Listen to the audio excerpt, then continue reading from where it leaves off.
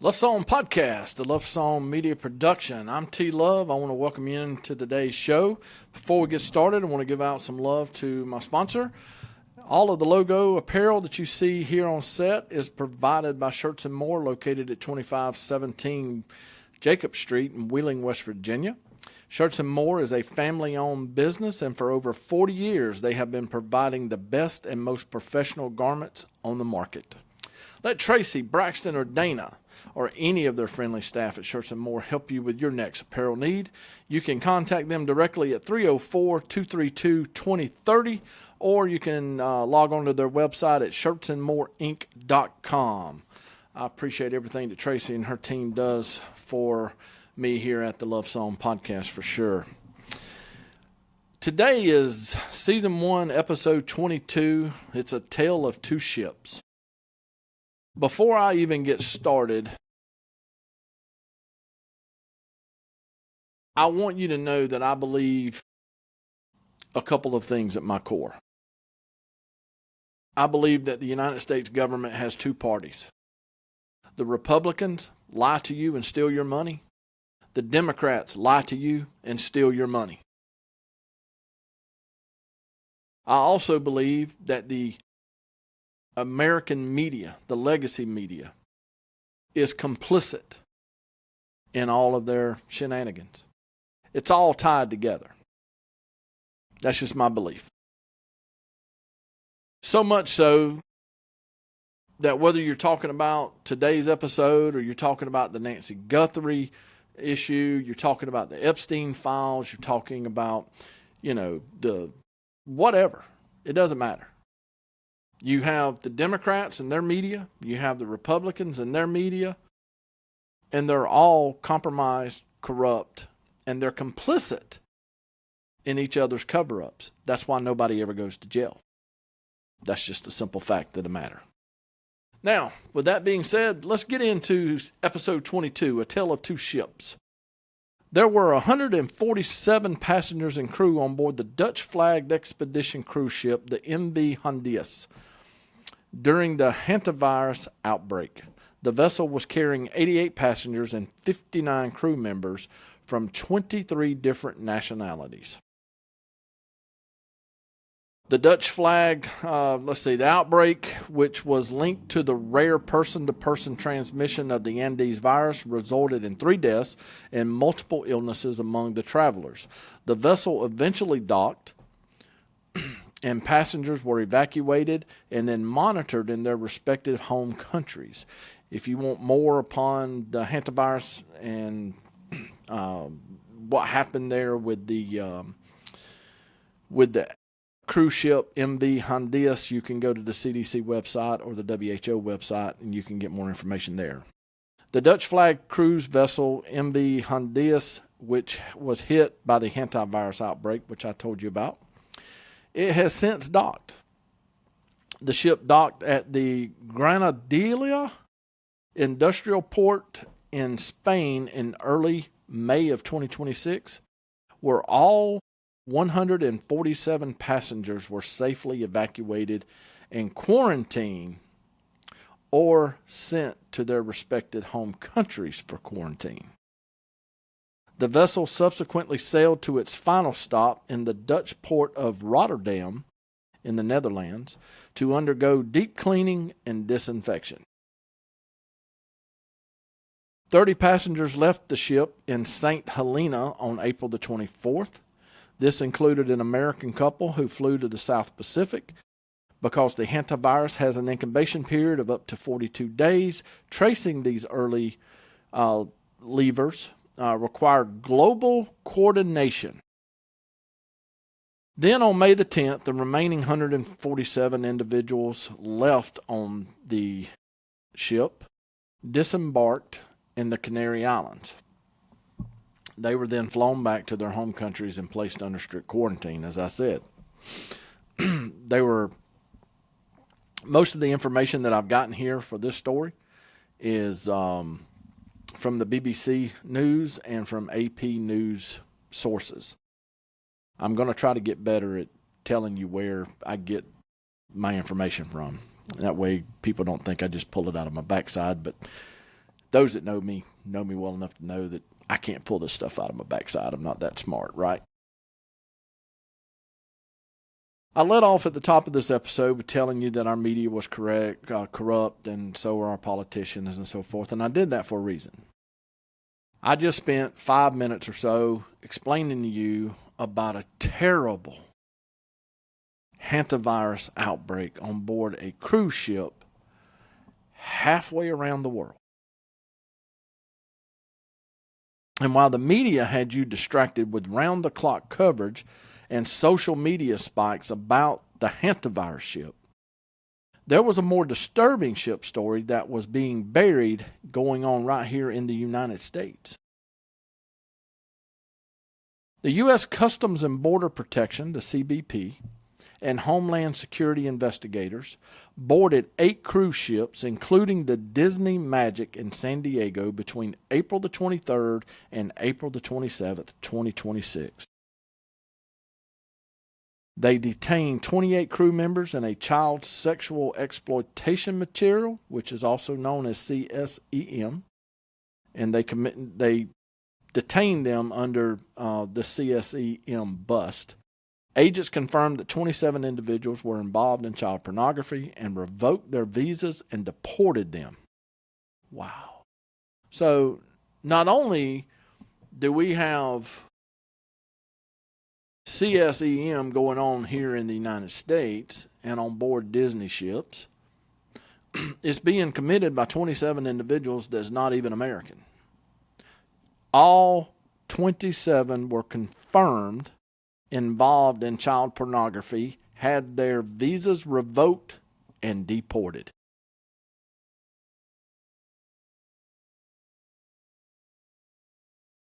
I wonder how many of the viewers have actually heard about this ship. Let's go on a little further.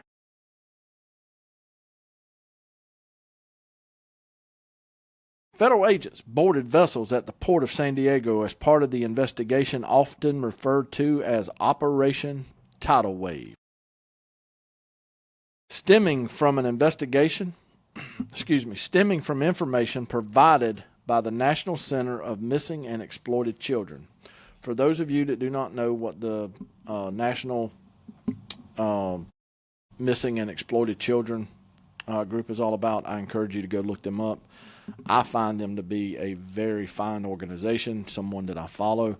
And one day I hope to be able to get big enough as a podcaster to be able to partner with them and do some very good work in trying to locate not just the missing and exploited children, being able to recover them and bring them back home to their families safely, but also to put these pedophiles where they belong. I'll talk more about that in another episode. The suspects of the 28 crew members interviewed, 27 were found to be involved in the receipt, possession, distribution, and viewing of child sexual abuse material. Keep in mind, when we're talking about child sexual material, it has to be material of children that are 12 years of age or younger. Keep that in mind. The demographics, the detained individuals included 26 from the Philippines, 1 from Indonesia, and 1 from Portugal. Not a single American. Not saying that Americans are beyond reproach. We've got an Epstein file full that disputes that, right? But every single one of these people that they took off the ship, detained, arrested, canceled their visas, and deported them because every single one of them were not American. Here's the part where it gets real juicy. A Disney Cruise Line representative stated that the company has a zero-tolerance policy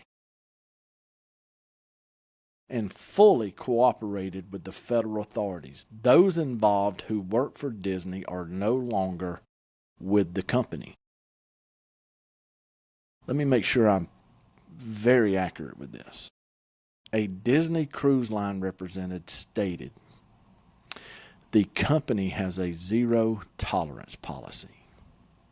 Well, I'm wondering what that zero-tolerance policy actually means, because I don't think my zero-tolerance policy in Disney says the same. I would venture to say that most people who have common sense and are rational-minded their version of common sense is not the same as Disney's either.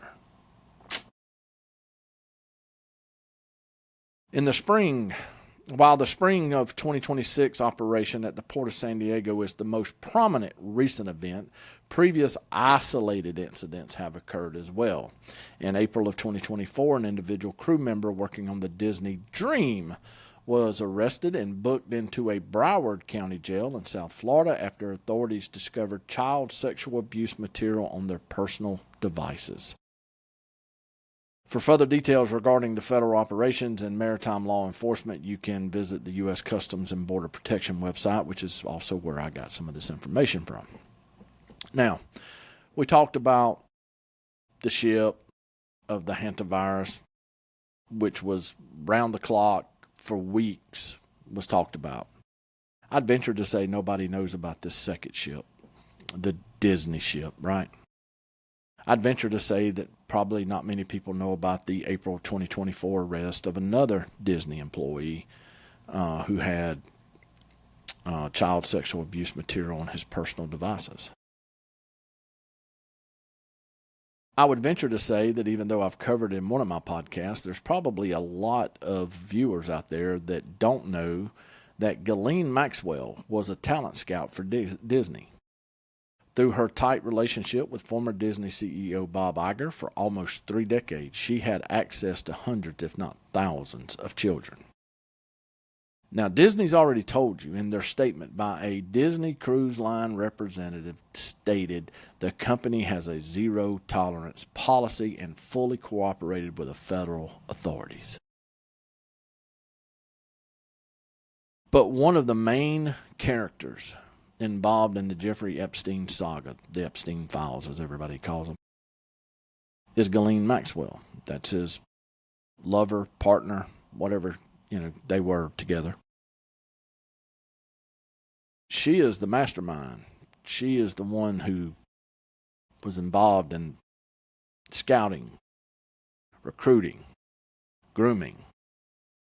And she's a scout director for Disney. You can go look it up. It's not something I'm bringing up, out of my backside. It's a well-known fact. Maybe not well-known, but you can certainly go look it up. It's there. Furthermore, Disney actively fosters an LGBTQ plus community through inclusive workplace policies, corporate advocacy, and support for major charities. While historical representation and an occasional political stumbles have drawn criticism, the company maintains strong established support systems for its queer employees, guests, and fans. Workplace equality and advocacy. Disney consistently earns a perfect 100 on the Human Rights Campaign Foundation's Corporate Equality Index for its LGBTQ plus inclusive workplace policies. I'm going to come back to that in a moment. The company fosters employee-led business resource groups for LGBTQ plus staff to build community, network, and advocate for workplace equity. Disney has long-standing relationships with major nonprofits like the Trevor Project, GLSEN, and Out and Equal Workplace Advocates. Parks and fan culture. Gay days. The parks have embraced large, unofficial gatherings like Gay Days, occurring annually in early June at Walt Disney World, which attract tens of thousands of LGBTQ guests and their families. Disney regularly releases Pride-themed apparel, pins, and accessories at its parks and via the Disney Store platform. Disney has made strides to include queer characters and representation in recent films and series such as The Owl House, Loki, and Eternals. Though the studio sometimes balances its own screen representation with broad family-friendly appeal. Let's break this down. about 15 minutes into this thing, so let's break this down. Disney states it has a zero tolerance policy for this type of behavior that the 27 crew members were involved in. Yet they foster an environment that encourages immoral, degenerative behaviors. With rumors of child grooming, Ghislaine Maxwell being a talent scout herself, drag shows, and story time with drag queens for children. I want to know exactly what does your zero tolerance policy include. And I noticed that you were very careful, Disney, when you were describing your gay days, that the parks have embraced large, unofficial gatherings like gay days. So I guess that's your way of having a zero tolerance policy while promoting a DEI type atmosphere, but it's unofficial. So in the event that something happens, you can claim that you have a zero tolerance policy. You have cooperated, thoroughly with the federal and local law enforcement officers, and all of those involved are no longer employed with Disney.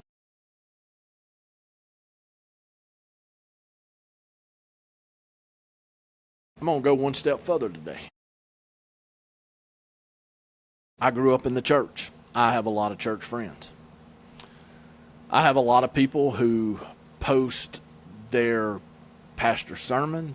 They may, simulcast their church services and then share that on their pages.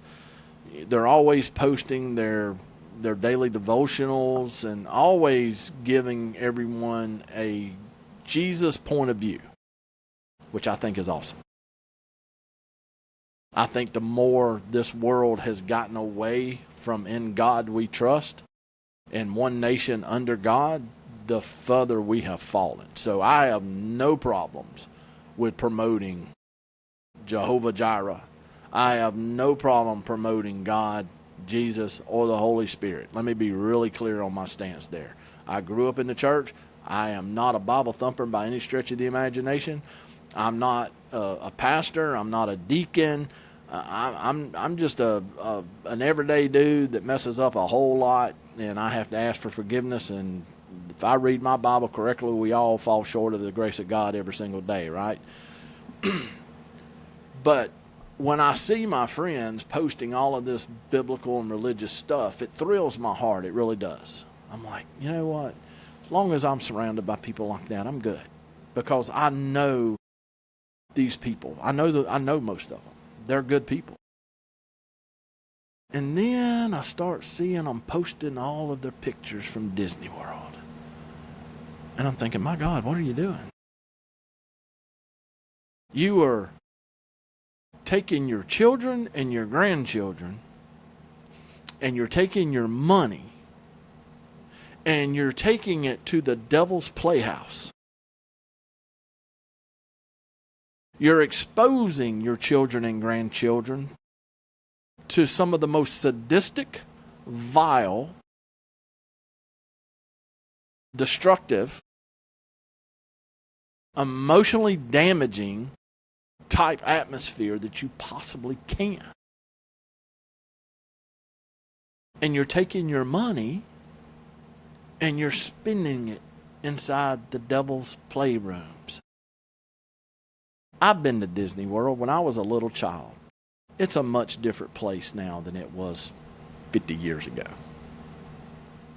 Walt Disney created the Magic Kingdom because he wanted a place for children to be able to go and enjoy themselves and see the magic of a moment come, whether it be Cinderella or Dumbo and his big old ears, or Daffy or Goofy, whatever it may be, right? It was a wholesome place, which I think America was more wholesome back in the 70s and 80s than it is today.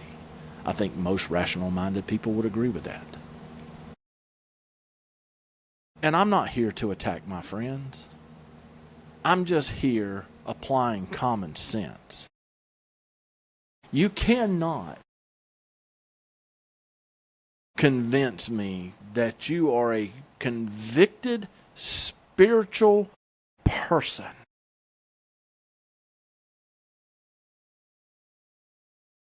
and take your family to the devil's playpen. Sorry. Well, T-Love, I wanted my kids and grandkids to experience a lasting lifetime memory.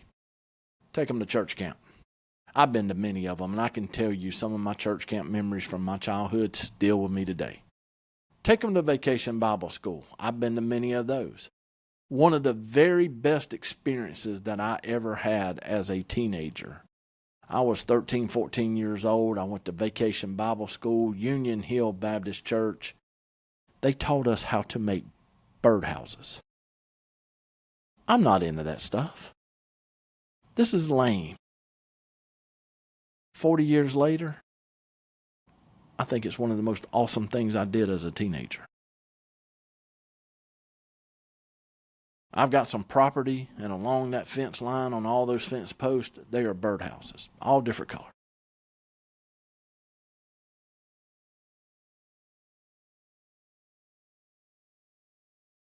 These same friends, I see them on social media, and they're complaining about the news and, all the different things that go on, and, you'll see them saying all kind of stuff, right? I'm not going to call anybody out or anything of that nature, and I'm not trying to call anybody out. I'm just calling things for the way I see it.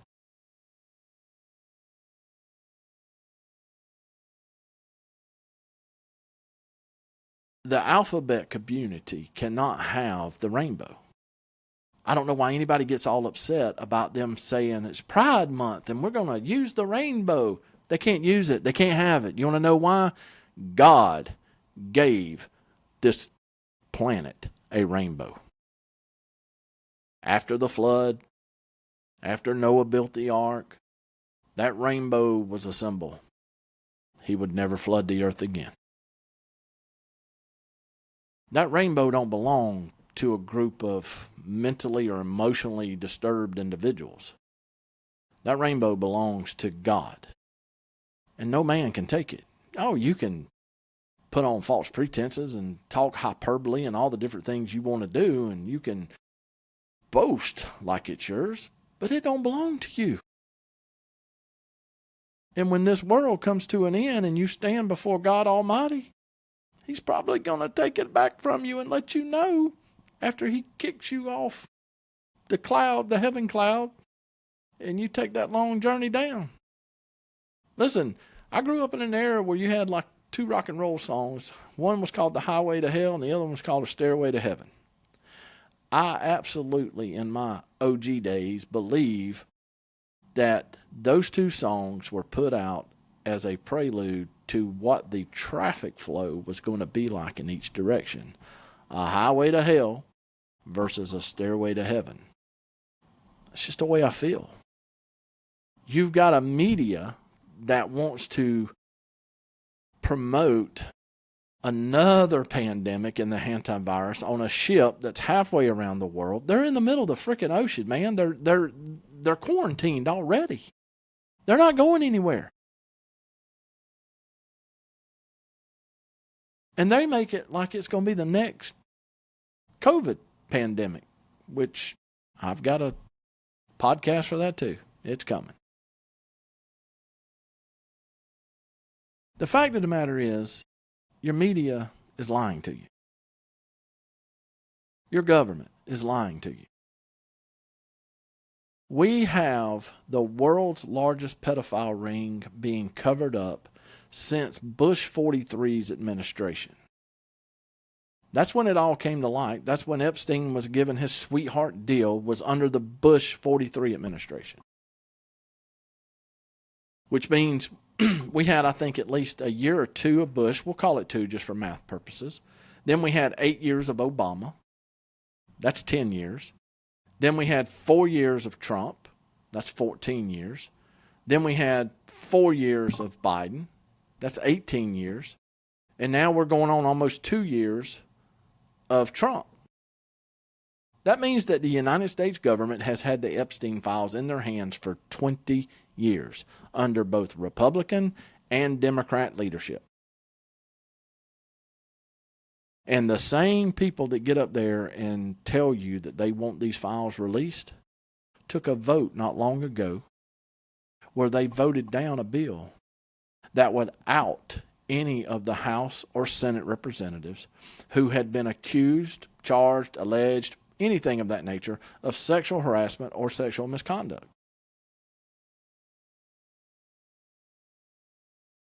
And both sides voted it down. We live in an era where the media is corrupt. It's controlled by the government. Not per se, but it's controlled. Things get leaked. Why do they get leaked? Because they want things to be leaked. Democrats release it to CNN or MSNBC or MS Now, I think is what it's called. Republicans want to release it to Newsmax or Fox. But what if I were to tell you that the people that were in control of the Democrat media and the people that were in control of the Republican media, behind the curtain, they're part of the same system. Their job is to be excellent puppet masters.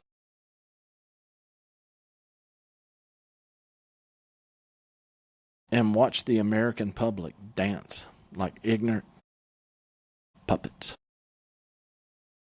Which is why today's episode was so vital to me, because you've got a hantavirus going on halfway around the world that's contained on a ship. It ain't going anywhere. And yet we get round-the-clock news coverage for 2 weeks. You got pedophiles being arrested in San Diego, 28 of them. They work for Disney. And you hear crickets. Sick, twisted, demonic. And yet, as Americans, we watch their television programs. We visit their devil playpen parks. We eat their food. We just live it up while we sit around and complain about it. Isn't that amazing? That's lunacy. Democrat and the Republican Party, in conjunction with the American legacy media, wants to keep this country divided. Democrat versus Republican. American versus everybody else. Man versus woman. Heterosexual versus homosexual. Let me be really clear about one thing. I've got some family that are part of that alphabet community. I've got some friends that are part of that alphabet community.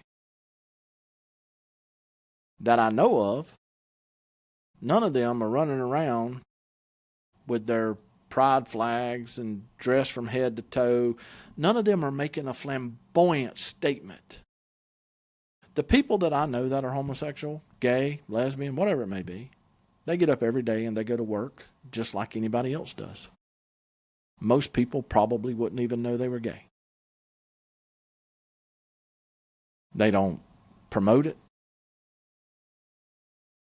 They don't try to get in anybody's business. They just go to work, because at the end of the day, all of this division, when you get to the root cause of it, it's our media and our government. You, me, and most Americans, we get up every day and do the same thing everybody else does. We go to work. We do the grind. We try to be respectful to people and them be respectful back to us. As a gentleman, you want to open the door and, show some love and respect to the females of the world. Yes, ma'am. No, ma'am. Yes, sir. No, sir. Like it's supposed to be. But we live in a time where that is taboo. You're looked at as weak, soft. Something's wrong with you if you do that kind of stuff. It's time that we start taking our country back. And the only way to do that is to bust up this two-party system. I think I've got a pretty good plan, but I'm just some lowly little OG sitting in the panhandle. Not rich, not famous. I got a small little following. I appreciate each and every person watching me. If you will, please like, subscribe. That's how I grow my channel. I like to tell everybody all the time that we are all just one accident, one diagnosis, or one unexpected phone call away from living a much different life. I implore you. Be humble, stay kind, show your love, and for everything that is holy on this planet, check on your people, because it is the people that matter. I'll see you on the next episode.